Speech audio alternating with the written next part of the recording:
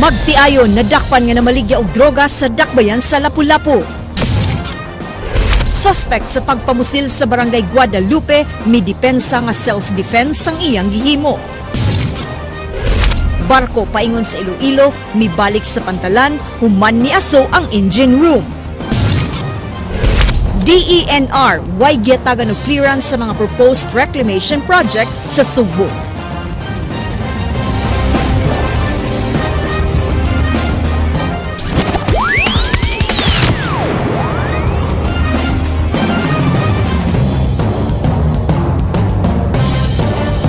May ngapon Sugbog Kabisayan, formal na nga gibuksan kagahapon sa Muslim community sa Sugbo ang kasaulugan sa usa ka buwan nga selebrasyon sa Ramadan. Agig pagtimaan sa kasaulugan sa Ramadan, nagtigom ang Muslim community kagahapon. Kini giaksyonan ni Ray Pasaporte. Agig pagtimaan sa kasaulugan sa Ramadan, nagtigom ang Muslim community kagahapon aron sawan ang pagkaon nga ilang giandam agig pagbukas sa usa ka buwan nila nga puasa. Si Dr. Aladin Ubpon, Imam Administrator sa Al-Khaira Mosque sa Barangay Mambaling, niingon nga kagahapon nagsugod ang pagpuasa nila gikan sa sayong kabuntagon hangtod na sa gabii.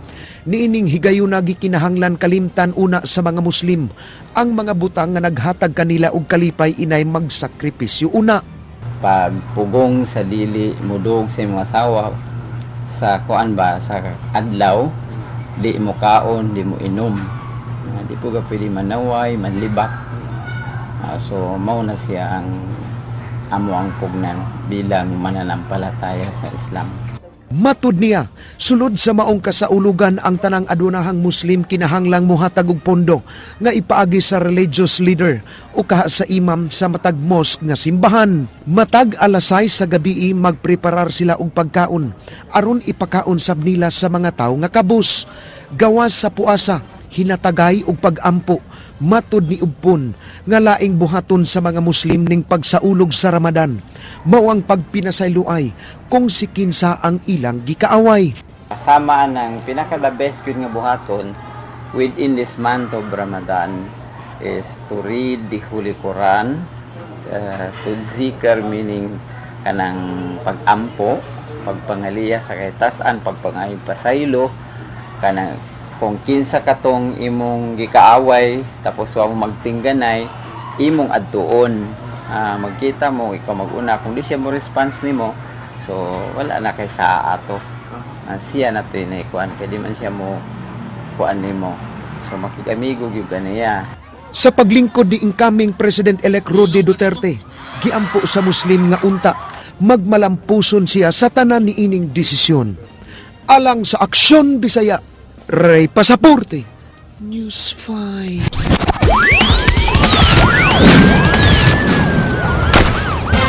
Kapulisan sa Sugbo may pahigayon karon og sub-sub nga manhunt operation aron maila og madakpan na ang riding in tandem nga mipusil patay sa usa ka pastor sa Barangay Bunbun ning Dakbayan. Si Pastor Crisostomo Maternal gipusil patay sa duha ka mga lalaki nga nagsakay og motorsiklo niadtong Domingo sa hapon. Si Maternal na ila nga usa ka anti-drug crusader sa maong dapit. Ang kapulisan padayon pang nag-imbestiga sa maong hitabo. All angles, ato na siyang tan-aw, then mag-eliminate dayon ta. So ato sa gitanaw ang personal angle sad. Personal o sa iyang affiliation because he's affiliated with CIS as a regional chairman. So na siya affiliation sa church. Tulo ka mga tao lakip sa giila nga tulisan nadakpan sa mga sakop sa mga pulis sa lungsod sa Konsolasyon. Samtang lain ang ilang nadakpan dihang nakaikyas ang subject sa ilang buy-bust operation. Kinigaksyonan ni Kyle Chua. Unang nasikop sa Konsolasyon Pulis ang giilang notadong tulisan og tigpayuhot og ginadiling drogas atol sa gipahigayong buy-bust operation sa Purok 7, Barangay Nangka, lungsod sa Konsolasyon pasado alas 9 kagabi. Ang dinakpang giila nga si Armando Ibanez Mabano alias Isyot nga nakuwaan sa pinakiting shabu. Lakip sa gidakop sa mga pulis ang iyang uyuan nga si Wilfredo Quismondo nga nakuwaan og 38 ka revolver nga dunay 6 ka bala nga matud pa gipanag-iya ni Mabano ug giprenta ngadto kaniya. Si Mabano ang subject sa operation ug giila nga suspect sa sunod-sunod nga pagpanulis o gikahadlukan sa maong lugar. Engage sa drugs at the same time, engage po siya o kaning robbery. So, di lang kay upat nga to sa unom ka mga biktima nga natali sa mong nagbuk diri sa mong record book. Apan gihimakak ni Mabano ang mga pasangil batok kaniya. Di natin nood, Jay. Ha? Di natin nood. Kanatanan, wako may bawa ng panak ko mo. Kay di ka kung matusod. Ako na ilahang hanukan tanan. Pero salamat lang ngayon. Di ba ko alam na nagdawat? Lugos ko na nagdawat. Iyan, wala yung anak na sa hospital. Ako na siya itabaran. Laing gidakop ang giingong bata-bata sa usa ka drug pusher nga si Rogelio Pipito Kugay nga usa ka habal-habal driver nga taga Barangay Pulog, Sentro. Siyang nadakpan human nakaikyas ang usa ka wig-wig nga subject sa gihimong bypass operation. During pagdakop sa namaturan di Gonzaga, diha po ni. Suwa lang ka na mo ma-identify, lightly lang na mo na-identify nga engaged sila sa drugs. Siya hatag-hatag na. Marok siya. Apan ang dinakpan nga si Kugay mihimakak sa pasangil batok kaniya. Nakuhaan mali kag drugs pod. Digtom ko school. Kiriya na kuanan. Daghan kami dito. Ang mga dinakpan nakawaan og mga pinakita nga shabu nga mong kantidad og dulan usa ka gatos ka libo ka pesos. Alang sa Aksyon Bisaya, Kyle Chua, News 5. Usa ka managtiayon na dakpan nga namaligya og shabu sa dakbayan sa Lapu-Lapu. Kini gi-aksyonan ni Kyle Chua. Analakpan sa Pusok Police Station ang magtiayon nga sila Jacqueline ug Veronica Ugsang nga taga sitio Mahayahay, Barangay Bangkal, Dakbayan sa Lapu-Lapu. Sila nadakpan pinaagi sa usa ka bypass operation nga gihimo sa mga pulis. Sila nakuha og mga drug paraphernalia og mga 5 gramos nga pinakiting shabu nga gibanabanang mo kantidad og mga usa ka gatos ka libo ka pesos. Nakuha usab gikan sa managtiayon nga pulos way trabaho ang kwarta nga kapin usa ka libo ka pesos ug ang bypass money. Matod sa pulis, ikaduha sila nadakpan tungod sa pagpamaligya og drogas. Kani silang duha, wala din sila trabaho. Pero, mo lagi ni 1 year na kapin nilang gibuhat ani nga namaligya ba. Pagkuan po na nga nahi-cancel citizen na nawag na mo diri, lupok na sila. Among gikandaghan ng surveillance din kissing mo to positive man nga namaligya gyud sila. Ang duwa na sa listahan sa top 10 drug personality sa Pusok Police Station. Si Jacqueline miangkon nga namaligya ang iyang bana og ginadiling drogas apan gihimakak niini ang nasakmit nga mga pinakiting shabugi kanila. Og gikan sa pagkuan niya mga sahon. Pero ba ko siya madakpi? Ako'y nagpadakop ani ni. Ikaw nagpadakop? Pirmero.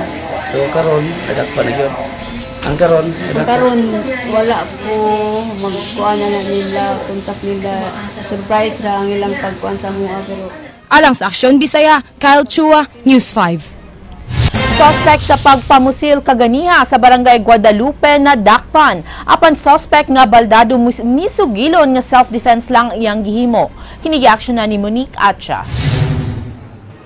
Giklaro sa nadakpang suspect sa pagpamusil kaganiha sa sitio Gunico, Barangay Guadalupe ning syudad nga self-defense ug dili atraso ang hinungdan sa insidente. Nasuta sa investigasyon nga ang biktima adunay diferensya sa pangisip. Matod sa suspitsado nga si Antonio Sabay, 52 anyos, nga self-defense lang ang iyang pagpusil sa biktima nga si Jerome Nabasca kay baldado siya. Asoy sa suspitsado, gibunalan siya kahoy sa biktima apan nakalihay siya hinungdan nga iya kining napusilan.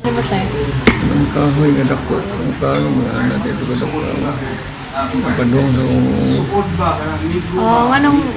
Ngano kontra to nimo nga? Hindi man ako wa juga kontra sa mga ni. May edad na ako ganani, wa juga kontra. Apan matod sa mga nakakita, niduol ang suspitsado sa biktima og nagdala kini og sundang, hinungdan nga nipunit kuni og kahoy og gibunal dito sa suspect. Matod sa mga lumulupyo, maayong tao si Nabasca apan aduna kini diferensya sa pangisip. Kay nanilig naman tong gipusil diri. Nanilig ba yagi duol man to niya gidadaan niya sundang. Siya may niduol nagdaa siya sundang ang nagpusil ba. Nagdato siya sundang wa ko magtuo to nagdaa ba to siya armas. Ibadlong ba ito na ako yung ayaw dong ako pa ito siyang ibadlong. Na-recover sa kapulisan ang usa ka caliber 22 revolver gikan sa suspect ug matod sa suspitsado dili iyaha ang armas ug igo lang kini gipahipos kaniya. Ang suspitsado mag-atubang sa kasong homicide ug violation sa Comelec gun ban. Siyempre okay. Kung pamantang June 8 pamantang malifted ang atong gun ban, covered gyapon na siya. Alang sa Aksyon Bisaya, Monique Atcha, News 5.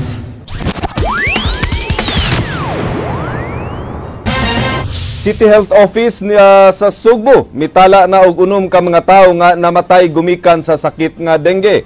Departamento naglaraw sa pagpahigayon og information drive aron malikayan ang pagsaka sa maong kaso nunot sa taliabot nga panahon sa ting-uwan. Si Leslie Camnadivistil sa report.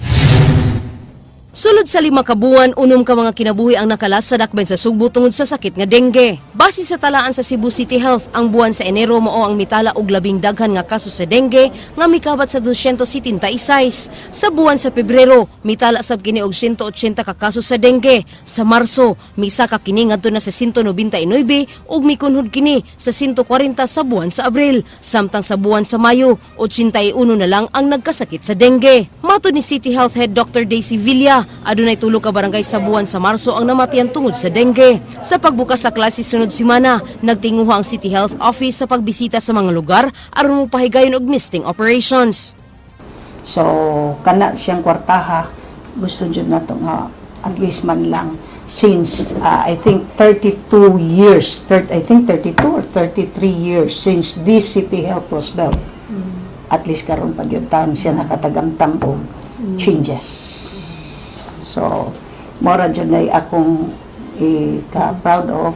Gawas sa mga tunghaan, lakip nga i-monitor sa syudad maong mga barangay diin dunay taas nga kaso sa dengue. Naguna sa monitoring ang barangay Guadalupe, Apas, Tisa, Mabolo, Talamban, Lahug, Labangon, Basak San Nicolas, Kiyot ug ang Pardo. Usa ka information drive ang ilang himuon aron mahibaw ang publiko sa angayan nilang buhaton sa paglikay sa sakit nga dengue.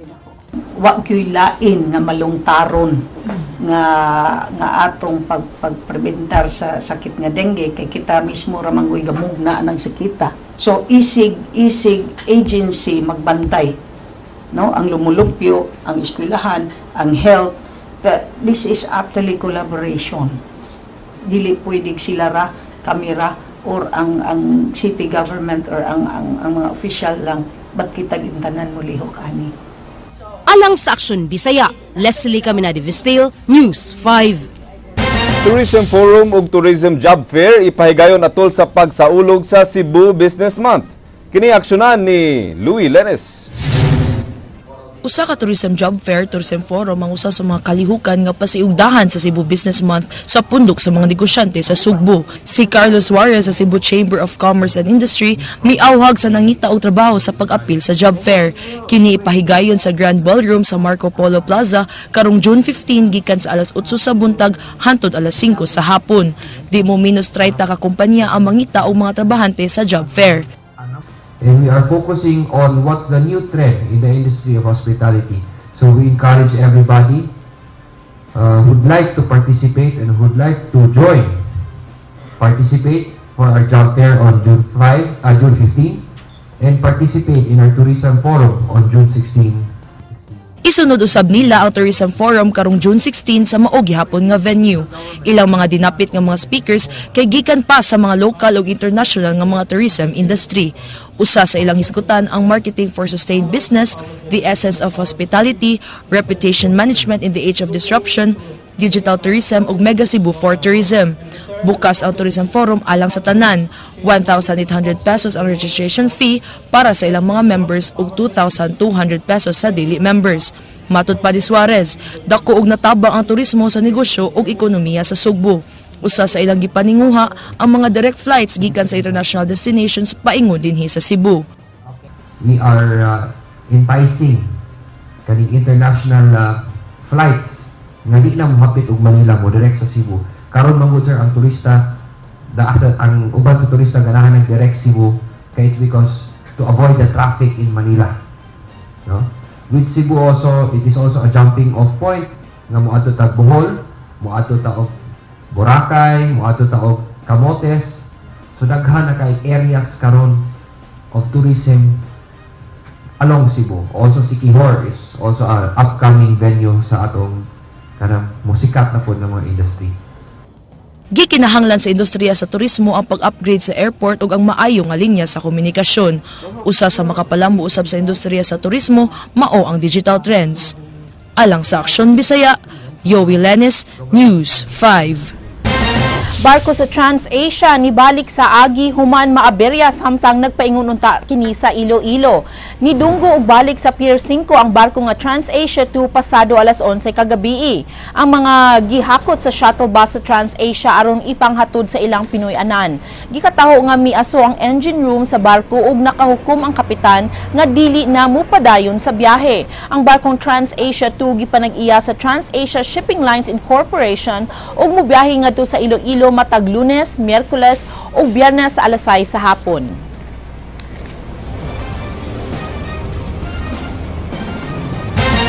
Kapitolyo miisyu og bagong mga sakyanan alang sa gobernador ug vice-gobernador sa lalawigan. Mga bagong board members gikatakdang makadawat sab og mga bagong sakyanan sa ilang paglingkod karong Hulyo. Si Jinky Receipt sa detalye.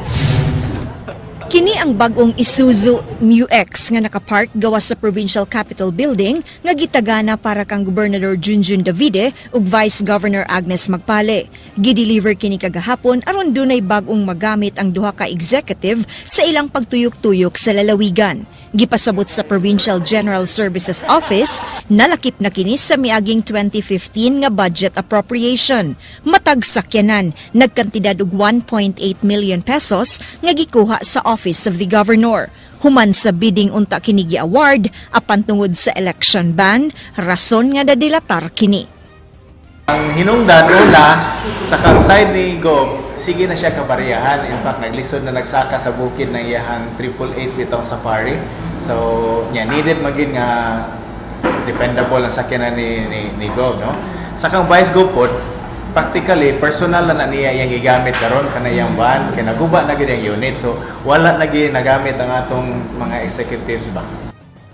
Naglaraw sabang Kapitolyo nga hatagan og double cab 4x4 pickup ang matag board member sa ilang paglingkod karong Hulyo. Duna na sila'y budget nga 28 million pesos alang sa 16 ka mga sakyanan nga gitakda nilang paliton alang sa bagong mulingkod nga mga sakop sa hunta probinsyal. Ang mga karaan nila nga mga sakyanan i-turn over nila balik sa Capitol aron dunay magamit ang mga department heads.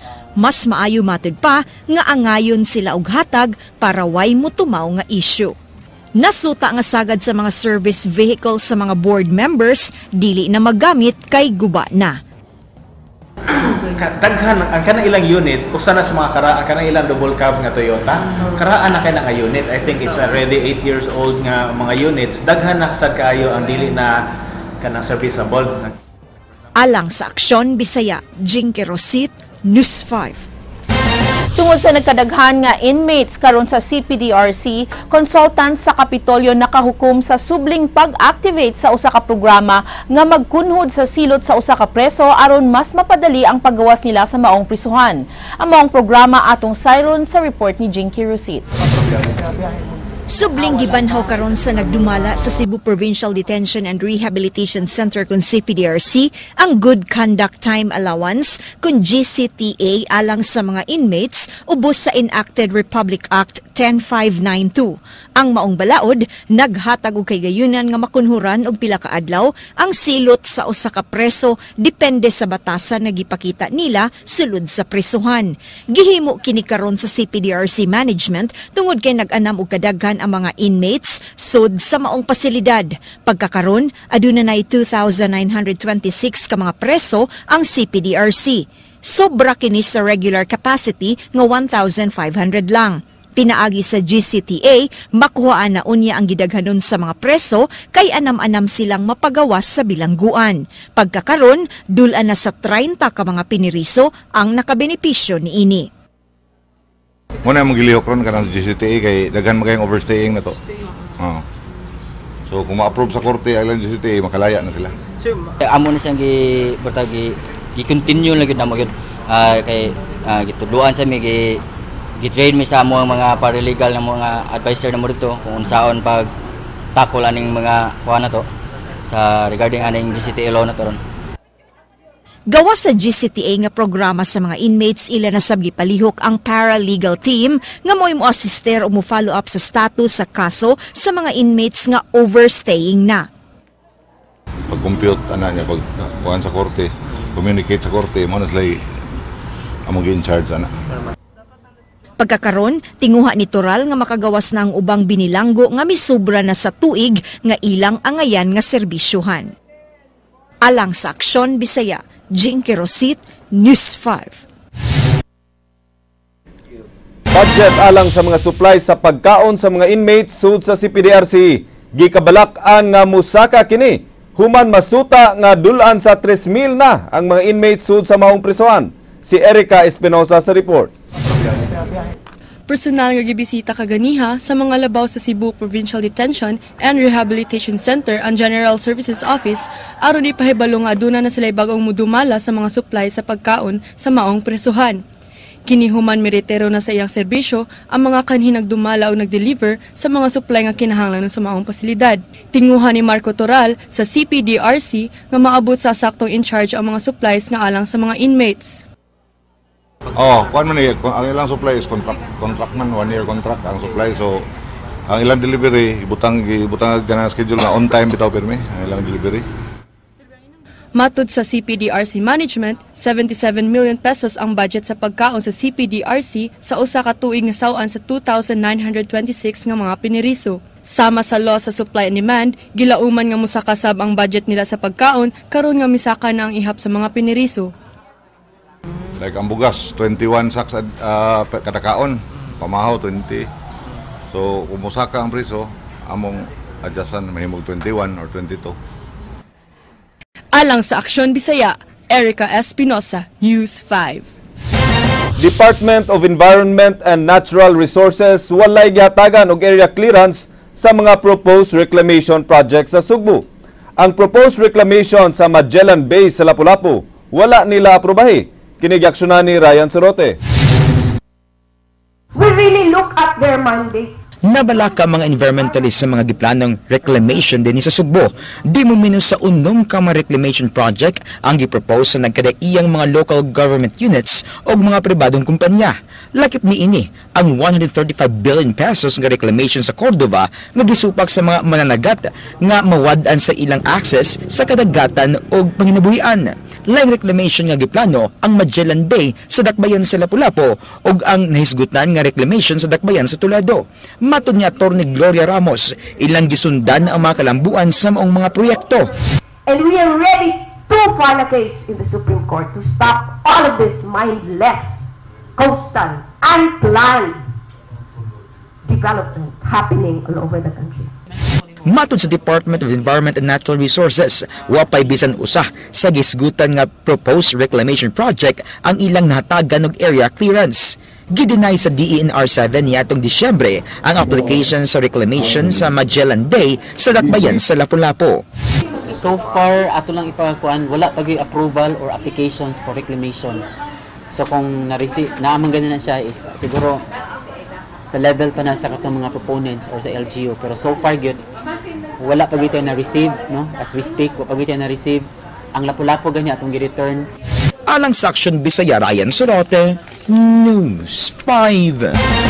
Adunay multa ang pagkaon sa karne sa pawikan nga gidili sa pagkuha sa kadagatan. Bisan og dugay na nga gidili, aduna gyapoy mga mananagat nga manakop og pawikan. Kinigaksyonan ni Ryan Sorote. Di mo minus sa tulo ka mga mananagat o mga pump operators ang nadakpan sa pagpamaligyag pawikan sa Sugbo karong tuiga. Ang labing uwahing nga na-intercept sa Department of Environment and Natural Resources ang makinilong nga hiniwa nga karne sa pawikan sa miaging semana. Paingon na unta i-deliver sa Pastel Fish Market ang karne dihang nasugatan kini sa mga sakop sa DENR. Gikan sa mga mananagat sa isla sa Talibon, Bohol ang karne sa pawikan. About to dock na siya. Pastel. Muna siya nga ato ang gibuhat karon is doon na tayo mga kining mga surprise nga mga surveillance na to or Anaa sa 300 ngadto sa 400 pesos ang kilo sa karne sa pawikan nga dugay ng gibaligya sa Paschal Fish Port o barangay Tangke sa Dakbayan sa Talisay. Nasayod na daan ang mga barangay officials nga illegal kini apan dili sila makabadlong niini. Dili-dali nga maila ang karne sa pawikan o susamara ang hitsura sa karne sa baka. Maila lang kini sa tabang sa espesyal nga iro nga gitrain sa pagdetect og karne sa pawikan. Giandam pa sa DENR ang kaso nga ipasaka sa mga na-intercept nga dunay karne sa pawikan. Dunay hatdan ato niya gyud. Wala tay information kay di man pud mo hatag mo divulge ang katong nasakpan. Lima ka tuig nga pagkapriso ug tunga hangtod sa usa ka milyon ka pesos nga multa ang atubangon sa mga maatlan nga magkaon og karne sa pawikan. Ang bata nga pawikan ang naandan nga pangdakpon ug himuon nga larang tungod sa kahumok sa karne ini. Alang sa Aksyon Bisaya, Ryan Sorote, News 5. Bikil ni President-elect Rudy Duterte ug mga media hayan mahusay ra sa paglingkod niya sa pwesto. Sa report ni Ryan Sorote. I hope you will grace the event.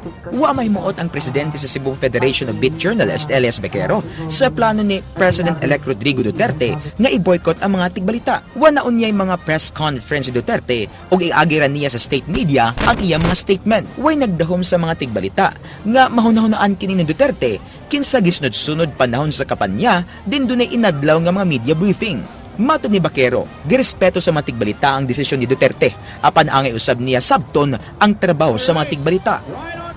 Maybe nasulti na niya in the meantime, but I believe that he will realize how important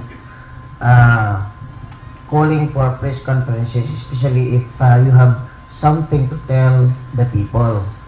Malaumon sa Bequero nga maotro pa ang hunahuna ni Duterte kung makalingkod kini sa katungdanan nga iyang gisaad nga buhaton.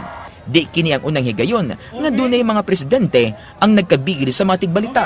Nagkabikil kaniadto sa mga tigbalita silang kanhi Presidente Fidel Ramos, Erap Estrada o Gloria Macapagal Arroyo tungod sa mga kontrobersiya sa ilang pangatungdanan.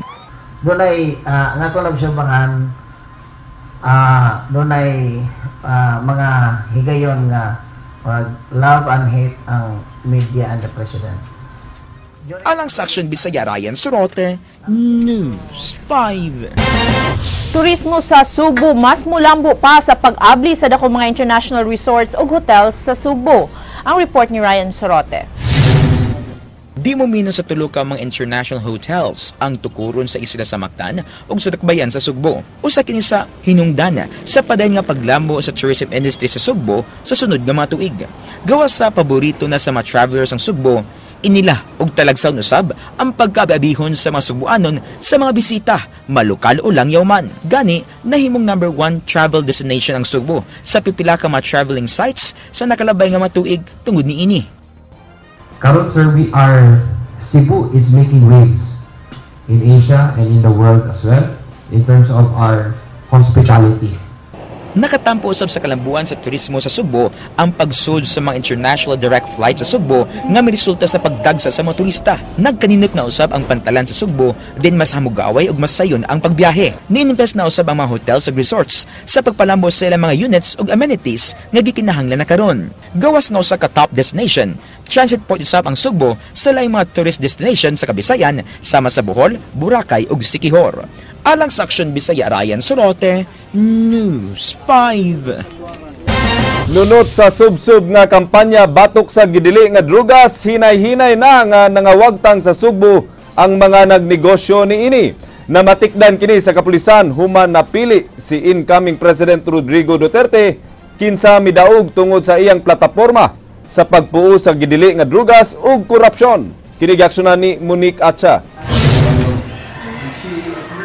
Nag-anam og kawala ang mga naila nga mga nagnegosyo sa gidili nga drogas dinhi sa Sugbo ug Kabisayan. Matud ni Police Regional Director Patrocinio Comendador Jr., gawas sa pagbiya sa uban, namatikdan usab nila nga nagtago-tago na ang mga drug pushers. Apan posible nga mobalhin kini sa laing probinsya alang sa pagpadayon sa ilang illegal nga negosyo. Based on our also report, they're transferring to other locations other than Cebu. And outside Region 7. Samtang, ilang nga ipahiling sa crime laboratory ang mga nakuhang ebidensya sa malampuson nga anti-illegal drugs operation sa Inabanga, Bohol. Matud ni Superintendent Romer Daguno, Regional Chief sa PNP Crime Laboratory, magpahigayon sila og test sa mga nakuha nga armas sa gunpowder residue, firing test ug ilang i-cross-match ang mga shell nga na-recover. Now, with regard sa mga white crystalline substance, this is also undergoing, currently undergoing examination.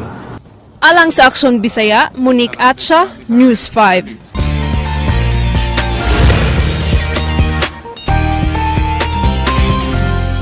Happy vibes lang dinhi sa TV5.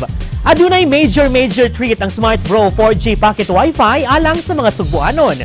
Kini na ang gibansagang Smart Bros Best Pocket Wi-Fi deal ever. Sinati ang mas gipalambo pa nga mobile connectivity ubos sa leading mobile service providers sa nasod, ang Smart.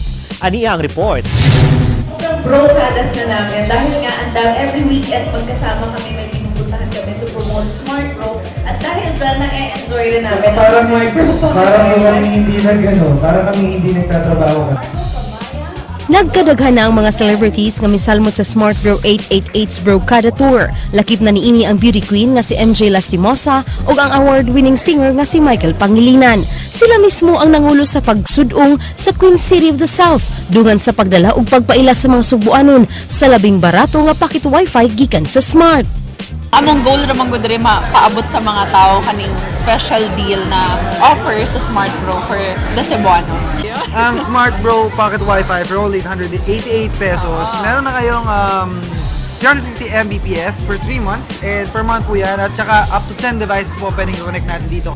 Available na ang Smart Bro Pocket Wi-Fi sa one-time fee niini nga nagkatidad lamang og 888 pesos. Gani daghan ang mga kabro kadas lakup nasod ang nakapahimo sa kahigayunan sa paspas nga data ug more reliable nga Smart Bro 4G Pocket Wi-Fi service sa nasod. We offer 4G speeds up to 12 Mbps. You know naman that Smart is actually working on improving our service, our network, and our quality of service to our subscribers. It's the best brand, it's the best service that you can actually avail of. And we have a lot of things in store for our subscribers. Sa nagpadayong kalambuan sa mga network dinhi sa Pilipinas, masaligon sab kini sa mga Cebuanos alang sa ilang inadlaw-adlaw nga kalingawan online, gikan sa pagtan-aw sa videos, streaming music ug sharing photos all day long. I-try sad ninyo kay gwapo gyud kaayo niya siya. Pamuntanan pamilya, friends, so even sa school you can always use Smart Bro Pocket Wi-Fi 4G. Alang sa walay karapusang mga chika, ubalik ko ninyo matag alas 8 sa buntag. Weekdays sa Rated JP sa Radyo 511.9 News FM Cebu. Ako si JP Laucot Serra ug ang Tour of the Gay nagkanayon. May ipinanganak na gwapo at maganda. Ang iba, ipinanganak lang agay.